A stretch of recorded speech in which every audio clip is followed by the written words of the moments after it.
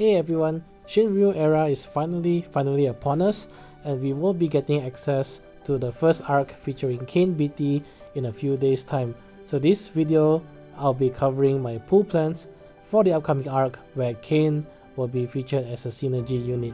You can refer to the cropped infographic on the left hand side, which was derived from Jakematt's global forecast to see which events these are.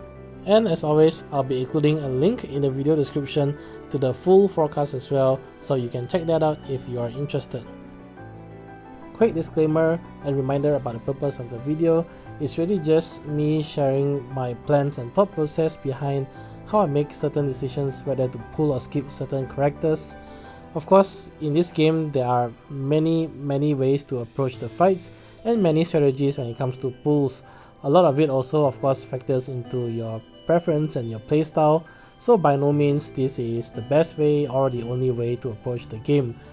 Beyond playstyle and preferences, gems and tickets and resources are also one important factor to consider, and of course everyone is always different across all these factors. So what I always advocate is for everyone to do your own research into characters so that you can make the best informed decision whether or not the character is right for you.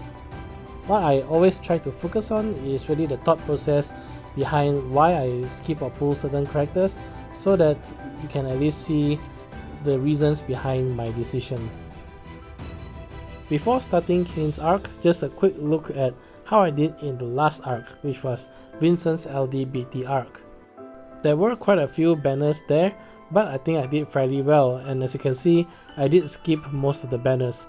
The first banner was the one with Vincent, LDBT and Realm, and I went in with tickets going after Realm LD, and I must say I got quite lucky because the first 10 tickets that I spent netted me Realm's LD, and I decided to stop there and see whether I got lucky for Vincent's burst weapon on the next event, which was Age.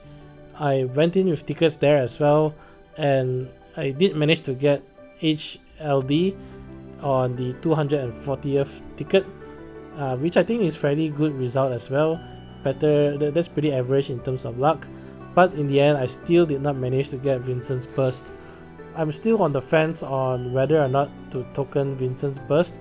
I was planning to, but there are also upcoming weapons that I want to spend my burst tokens on, such as Kain, Xcaliblur or Tidus, so I'm opting to just wait for now and see how I do for those characters before deciding whether or not to splurge my BT tokens for Vincent.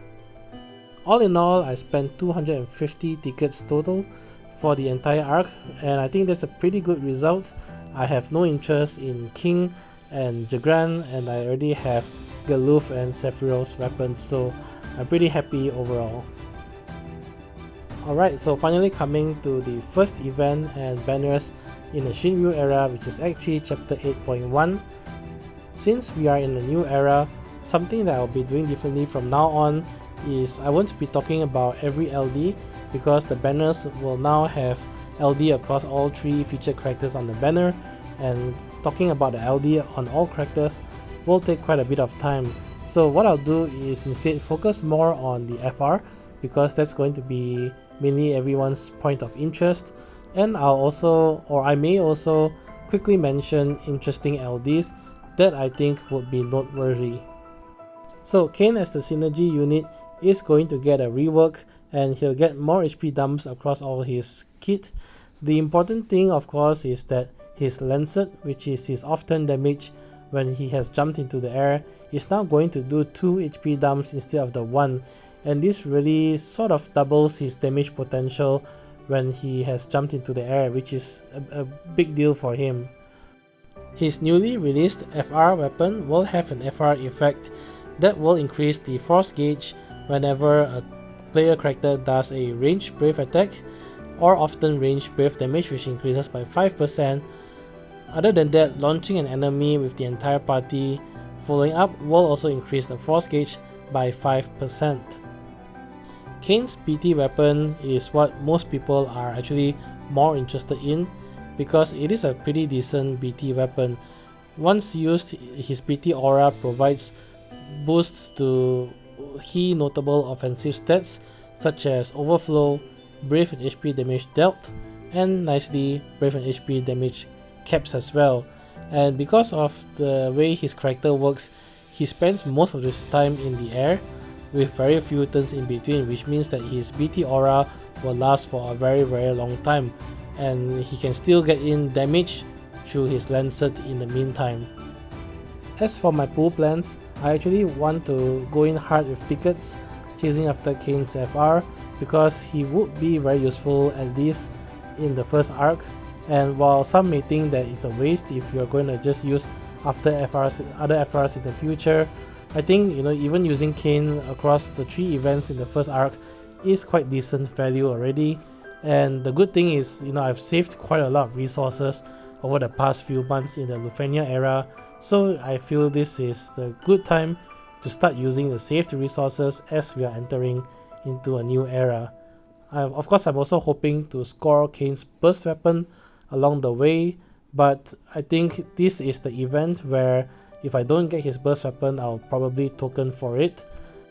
There is another character that I want to quickly mention here, and that's going to be Warrior of Light, which is going to be featured on the second banner. To me, Warrior of Light LD call is one of the premier defensive calls in the game, even up till today. The notable thing about his call ability, or I should say LD call ability, is that it doesn't rely on debuffs on the enemy. It relies solely on the Brave Shield buff that his call ability will grant to the entire party. And the good thing is that it's very dependable, or I should say reliable, because it provides HP damage prevention to the entire party, and it should work most of the time. The only way that HP damage will go through after you've used his LD call ability is if the boss can somehow cleanse your buffs and cleanse the shield buff, which is pretty rare, or if the attack that the boss does goes through HP damage mitigation, which is also another uncommon thing. So if you are fairly new to the game and you have resources to spare, Warrior of Light LD is something that I would recommend to at least consider picking up. The next event coming up will be Krile Intersecting Wheels, featuring the release of Krile FR. When Krile's FR has been activated, the FR gauge will be charged whenever you do any Thunder Brave damage, which will charge by 5%, and if you have an ability that batteries another player, it increases the gauge by 20%. Krile's FR also has a unique effect where after you use the FR during force time, all player characters will also gain Brave every field turn, and the Brave amount they gain will be based off 10% of the damage dealt by Krile's FR ability. Now I'm actually planning to skip this banner, assuming that I did have to spend considerable amount of tickets to score Kains FR. I may pull on this banner if I get extremely lucky with Kains FR, say if I score his FR within 50 tickets or so, but beyond that, assuming average luck, I'll likely be skipping this banner. One of the main reasons for that is that I already have all the other weapons on this banner, save of course only for Krile's FR. One notable thing though is that Auron will also be featured as a synergy character here alongside with Strago, and Auron becomes quite a good character with his C90 and rework on this event. Quite notably, his counter attack will now have 3 HP dumps, which is quite a lot, and he becomes quite a good off-turn damage dealer as well. One thing looking at the banner is that if you are a fairly new player and you decide to pull on this banner, I think it should give quite a lot of value because it provides quite a good range of roles across the characters. You have Krile with a FR as a good support and brave battery to the party, you have Auron as a tank, and you have Strago as a magic DPS character. So just pulling on this should give you weapons to fulfill many different roles, and Auron is a great character in my opinion to protect your party and can be used across many different stages as well. The third and final event coming up will be the release of Braska. In JP there were 2 banners, both were mainly the same. They feature the 3 featured characters, which is Braska, Jacked and Ignis, but the first banner had Kains BT as the featured BT weapon, and the second banner featured Jakematt BT as the featured burst weapon. Braska's force time is very fire damage oriented, and it increases by 20% if any player does fire breath damage, and alongside that, if you end the turn with your party at least full HP or more, the force time will also increase by 15%, which is actually quite, in my opinion, quite a decent force time effect. Notably also, if you have pulled for Lulu's LD in the past, since Lulu LD features the fire through enchant, which will enchant fire even to elemental attacks, this means that if you use Lulu LD call ability, you are guaranteed to at least plus 20% the force time when you do any attack across any party members. Just quickly about Braska, since he's a new unit in the game. His S1 is Kuraga, and it heals the party for 80% max HP and batteries the party for 80% max brave, which is pretty decent. It doesn't do any HP damage, however it is an instant turn skill and it doesn't increase the turn count when used. His S2 is Ultima, and it's a decent attack ability for Braska. The unique thing, I guess, about Braska's kit is that he has an overhead that goes up to 5 stacks, and it does increase by 1 stack each time he gets a turn. So you could potentially, for example, spam Kuraga to drastically increase his stack size when his overhead reaches 5 stacks. His EX and LD will turn into their plus variants, and his EX meter charges to 100% instantly. That being said, my plan is to skip this banner and event because I would already have one FR weapon coming to this event, which is Kains FR, and I should also already have Kains BT by then. So I don't think there's going to be a big need for me to use Braska. In terms of timing also, this is going to be the event before the next arc, and the next arc will feature both Kamlanot and Tidus, two FR weapons that I would really want to chase as well. So I'm hoping to actually save my resources for that, and I'll likely be using both Kamlanot and Tidus quite a lot. I don't really see myself using Braska a lot from the next arc onwards. In this part of the video, I'll be covering my opinion on which characters will probably give you more value in case you have limited resources to pull for or build the characters. Every character in the game can technically be used in endgame content when they get their rework or new weapons released. So technically speaking, there's really no such thing as a really bad character per se, but there are characters that will probably offer different levels of value, hence the way I categorize the characters in the game. So the first category is sort of good value category. These are characters that, in my opinion, would provide you good value regardless of who else you may already have in your party or in your roster. The second category is role fulfillment, and characters that I place here, their value I think depends a little bit more because there may be other characters you have in your roster who could do similar things than them, in which case you may not use these characters as often. Finally is the consolation prize category. The characters here I wouldn't really recommend as much as the characters in the other two categories, only because that there are probably other characters in this arc or recently released that could probably do a better job than these characters. Not to say that they are bad, it's just that even if you pull for them, the likelihood that you will use them a lot is less compared to the other characters. So in the good value category this time, I placed both Kain and Oren here. Kain I think is a no-brainer. He's actually used in the JP version of the game up till this date. The key thing about Kain though is that his main value comes in his often damage and his burst weapon, and like I said earlier, he could prolong his burst aura just because he's spending most of his time in the air. His FR is, I guess, decent for the early Shinryu part of the era, but eventually you will get characters who can build the force meter much more quickly than Kain can, or Kain's FR can.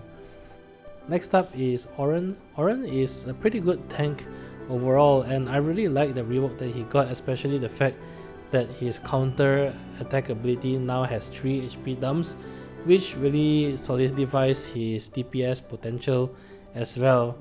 In this game, tanks really has a lot of value, and Auron being one of the more up-to-date tanks coming soon, I think really would provide your roster a lot of value regardless of who else you may already have built. Next up is the role fulfillment category. Now, I put Warrior of Light here really only because Auron is also released in the same arc. Warrior of Light is actually quite a good tank as well, and in fact, in my opinion, if your main priority is keeping the entire party safe, Warrior of Light is probably the best tank in the game. The only drawback with Warrior of Light is versus other tanks, Warrior of Light doesn't actually carry often damage because he doesn't actually do any counter attacks. But that being said, his LD call ability is a fantastic call ability, and I've used his LD call ability quite a few times even up to this day as well. So if you want to maybe aim for Auron, I would still recommend to at least consider going for Warrior of Light's LD, just so that you could access his LD call ability. Next up is Braska and Krile, and I put both of them here.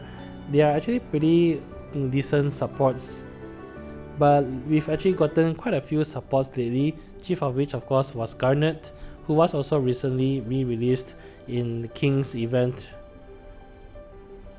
Their FR is actually pretty good, and I would probably admit that their FR is maybe even better than Kain's FR. So if you really feel that more supports will probably fit your roster better, one option is to maybe go for Braska or Krile's FR rather than going for Kain. Lastly is the consolation prize category, and I put 4 characters which are Strago, Jacked, Monk and Penelo here. And for Strago and Jacked, and I guess for Monk as well, the main reason why I put them there is I feel that at this point of the game, we don't really need a lot of new DPS units because we do have Kamlana and Tidus coming up soon, which I know many people really want to pull for. Plus, Kain as an often damage dealer is good enough, and I also feel that in the early Shinryu era, as long as you have a reliable FR that can build to a good percentage, say 3, 4 or 500%, any of the recent DPS units in late Lufenia that you would have pulled for can also get the job done as well. So there's really not a lot of pressure to go for more up-to-date DPS units when there's quite a few coming up in the near future. As for Penelo, I actually really like Penelo overall, but since we do have Braska and Krile as good support units with FR weapons in this era, my thought process really is that if I really want to support, I could use one of the more recent supports that was released in late Lufenia, or I can use Braska or Krile with their FR weapons. There's really not a lot of incentive for me to chase after Penelo.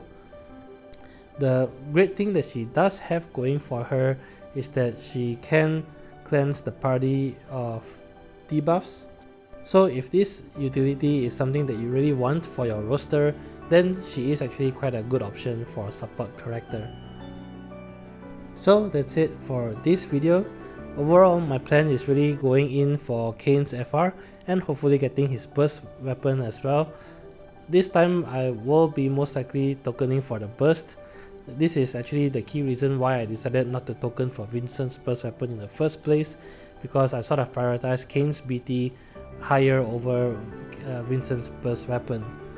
I will most likely skip everything else. I think the only scenario where I may pull for Krile's FR is if I get extremely lucky with Kain's FR, for example getting his FR within 50 tickets or so, in which case I would be sort of forced to spend tickets in Krile's banner because I got quite a bunch of tickets that's gonna expire soon. Anyway, I hope that the video has been helpful, and if you enjoyed the content, please leave a like, comment or subscribe. It really helps a lot. Till then, I'll see you guys in the next video. Bye!